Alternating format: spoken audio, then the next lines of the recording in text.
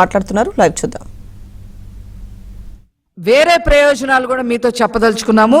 కృష్ణా నదికి 80 టీఎంసీలు వాటర్ మళ్లింపు చేసినట్లయితే అవి సాగర ద్వారా శ్రీశైలానికి వెళితే రాయలసీమకు కూడా నీళ్లు వచ్చేవి.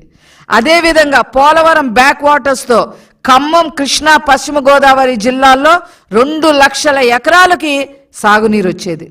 విశాఖ పారిశ్రామిక వాడగా ఎదిగేది, ఒక ఇండస్ట్రియలిస్ట్ ఏరియా కూడా ఎదిగేది. ఈ సాగునీటి 23.44 టీఎంసీలు ఒక్క విశాఖ ఇండస్ట్రియల్ ఏరియా పర్పస్ కోసమే వచ్చి ఉండేవి. అదేవిధంగా మనతో పాటు పక్క రాష్ట్రాలు ఒరిస్సాకి 5 టీఎంసీలు నీటి, అదేవిధంగా ఛత్తీస్గఢ్కి 1.5 టీఎంసీలు నీటి లభ్యత కూడా లభించేది. మొత్తం 194 టీఎంసీలు ఉపయోగించుకునే పరిస్థితి ఉండేది.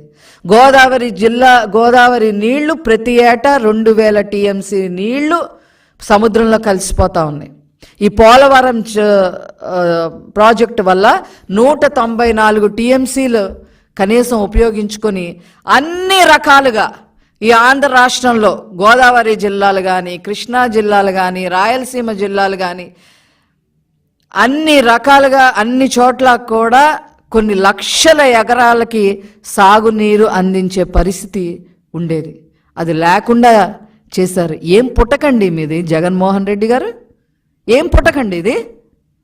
కనీసం చంద్రబాబు నాయుడు గారు 72% పూర్తి చేసిన తర్వాత వాదనలకి దిగకుండా దాన్ని ఎంతో కొంత ముందుకు తీసుకొని వెళ్ళుంటే ఎంత బాగుండేది. ఇవి చేసింది కాక చేసిన దాన్ని డ్యామేజ్ చేశారు. నారా చంద్రబాబు నాయుడు గారు ఏ పురోగతి అయితే చూపించారో పోలవరం ప్రాజెక్టులో దాన్ని డ్యామేజ్ చేసి పెట్టారు. ఖచ్చితంగా గోదావరి అమ్మ మీ సంగతి తెలుస్తుంది, తగిన మూల్యం మీరు చెల్లించుకుంటారు.